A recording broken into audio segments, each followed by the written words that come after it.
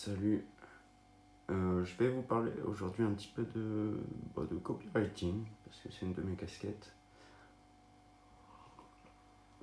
Et je vais essayer de vous donner un petit peu des erreurs qu'on voit régulièrement sur des pages de vente, des pubs, le plus gros c'est Spot TV. C'est très compliqué, c'est rare de voir vraiment une belle pub. Enfin bref, des erreurs. La première, celle qu'on fait le plus souvent, c'est de parler de soi plutôt que de parler du produit ou de la prestation ou du lecteur. On s'adresse à des personnes, elles ont un problème, on a une solution. Si on se met à parler de nous, en fait, on règle pas leurs problèmes et ils s'en foutent complètement. Donc, le truc à garder en tête, petite astuce, c'est on arrête de mettre des jeux dans une lettre de vente, dans une description produit. On arrête de citer la marque. On va pas dire je sais pas, je vais prendre peu importe la marque de Godasse, un tel ne fait pas fait les meilleures chaussures, tatati tatata. C'est se mettre en avant et pas mettre en avant le client, le prospect ou le lecteur. Donc vérifiez vos lettres de vente, vos descriptions produits, parce qu'une description produit, c'est pareil. Bon, là c'est encore un autre sujet quand on parle de e-commerce pour du copywriting. Je pense très personnellement qu'il y en a une paire qui ferait mieux de revoir leur fiche produit, parce que ça ne dit rien en fait, une fiche produit sur un e-commerce. Je sais pas si vous regardez n'importe quel truc, même sur Amazon, vous prenez par exemple Amazon, vous allez voir un produit. Le produit, vous allez avoir un titre, une petite description de rien du tout, des spécificités et basta. Vous achetez pas, on s'en fout un peu, parce qu'il y a tellement de trafic que finalement ça finit par vendre un petit peu. Mais c'est pas comme ça forcément qu'on va faire des millions, ça sert à rien du tout. Donc moi je suis plus pour la lettre de vente. Après, pour ce qui est de la longueur, c'est discutable. Et c'est en fonction du produit, de la cible et de tout le reste. Mais évitez autant que possible de vous mettre en avant et d'employer je ou nous. Agissez plutôt, écrivez plutôt vous pour vous adresser à votre lecteur. Une deuxième erreur qu'on peut faire, c'est oublier les objections. Alors, les objections, il y en a de toutes sortes, il y en a des milliers. Pour un seul produit, on peut en avoir des centaines. Moi, j'en ai eu des farfelus, des logiques, mais que je ne pouvais pas avoir en tête. Si je vous en prends une, par exemple, qui est très logique, mais qui ne m'était pas venue à l'idée, c'était du temps du Parasite, donc le bulletin trimestriel que j'envoyais par la poste. J'ai deux Italiens comme ça, enfin deux Français qui habitaient en Italie, qui m'ont contacté en me demandant si je pouvais pas leur envoyer une version numérique, parce que le courrier en Italie n'arrive pas forcément dans la boîte aux lettres. Je me suis dit, tiens, c'est assez rigolo, et donc j'en ai fait un email moi pour traiter une objection. Mais je l'ai fait au fur et à mesure. Après, il y en a des communes que vous pouvez traiter dans une fiche produit ou dans une page de vente. Une objection assez classique, ça va être c'est cher. Ok, c'est cher par rapport à quoi? Là, à vous de réfléchir, d'argumenter là-dessus. J'ai pas d'argent. Ok, vous n'avez pas d'argent. Vous avez un abonnement internet, vous avez Netflix, vous avez tatati tatata, etc., etc. À vous d'imaginer les solutions. Donc, c'est cher, j'ai pas d'argent, c'est pas utile pour moi maintenant. Là, c'est pareil, encore une fois, vous pouvez trouver des idées. Qu'est-ce qu'on peut trouver aussi? J'ai pas le temps, c'est pas pour moi maintenant. Ça, on va trouver. Après, c'est qu'est-ce qu'on va dire de moi? Là, le truc compliqué, ça dépend des niches. Mais il y a certains produits, alors sans parler de conneries genre porno, sextoy, etc. Il y a des produits qui ont un effet bizarre sur l'entourage. Alors je sais pas, par exemple, qu'est-ce que je peux trouver? Vous allez acheter, on va dire un luminaire. Je suis en train de faire des travaux, je regarde Les luminaires, on va dire, vous achetez un luminaire carrément farfelu, et là vous vous dites, ouais, mais si j'achète ça, les gens vont dire que je suis un peu bizarre, nanana, nanana, etc., etc. C'est ce genre d'objection qu'il faut traiter aussi. On va prendre un autre exemple, les compléments alimentaires. Je fais du sport, j'essaye de trouver des protéines un petit peu dans mon alimentation. En revanche, je n'achèterai, alors je vais pas dire jamais parce qu'à un moment donné j'essaierai pour voir ce que ça fait, mais j'achèterai jamais de whey protéine, parce que je trouve ça un petit peu ridicule. Dans l'alimentation, on peut largement combler ce qu'il faut. Bon, après là c'est particulier parce que moi je fais des bizarreries sur mon alimentation où on pourrait me critiquer aussi, donc là il y a des trucs que je vais acheter où je ne vais pas forcément en parler. Mais ben, ce genre de complément alimentaire, il y en a qui vont se dire, qui vont être comme moi, qui vont se dire ok je commanderai bien, mais bah, je veux pas le faire parce que c'est pas trop mon truc, nanana, nanana. Là, c'est pareil, c'est encore une objection à creuser, et cette objection-là, si vous arrivez à bien la cerner, vous allez trouver vraiment des solutions radicales pour récupérer des personnes qui ne sont pas convaincues par le produit. Ça, c'est plutôt top.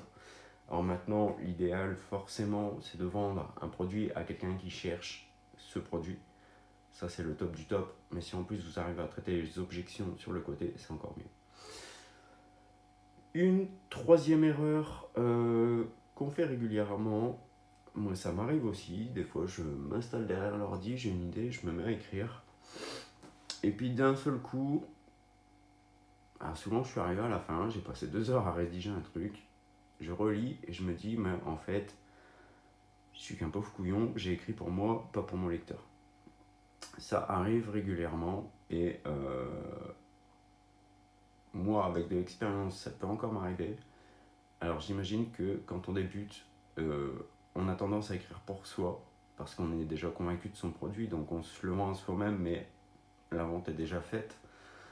Donc le but du jeu, c'est de vous mettre à la place de votre lecteur et de vous dire, bah voilà, qu'est-ce que lui recherche et en quoi mon produit a la solution à ce qu'il recherche.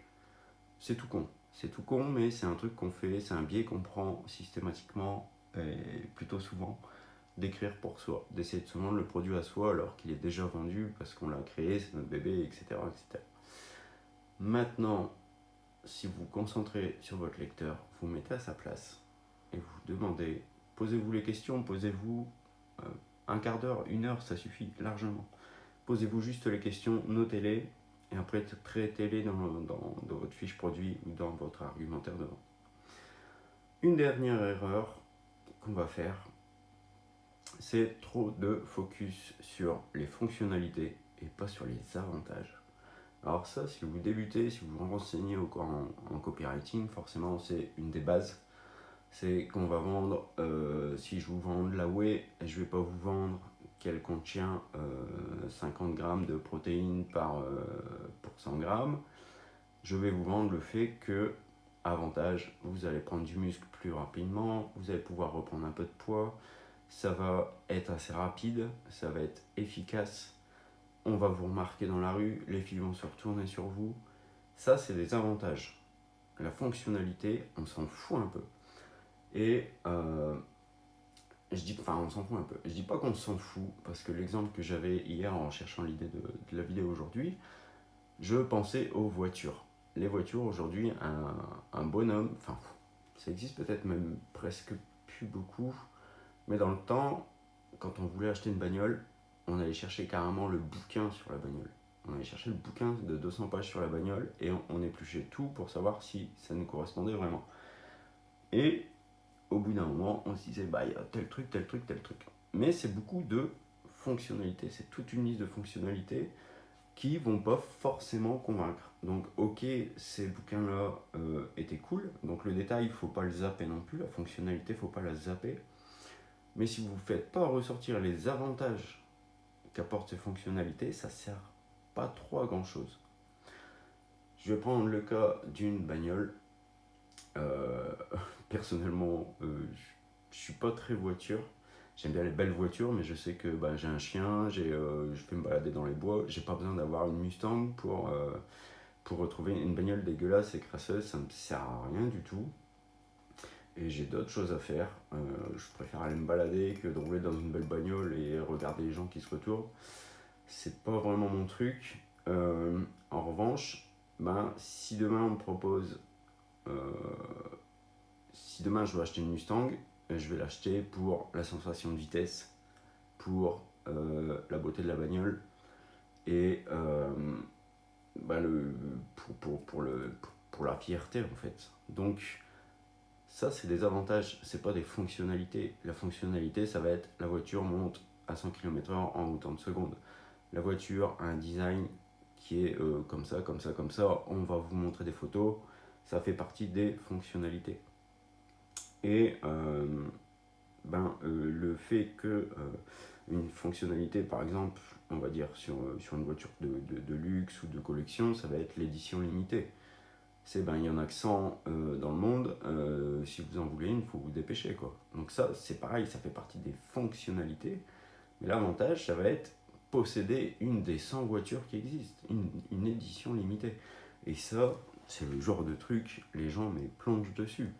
Je sais pas, vous regardez les bagnoles en ce moment, actuellement, on a des SUV partout, et de temps en temps, il y en a un qui est un petit peu plus rusé que les autres, qui va sortir une édition limitée, et là, ces bagnoles se vendent comme des petits pains. C'est du...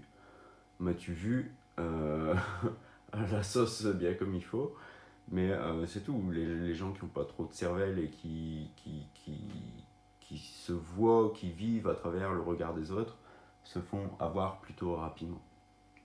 Donc, faites attention à toutes ces erreurs-là. Évitez de parler trop de vous.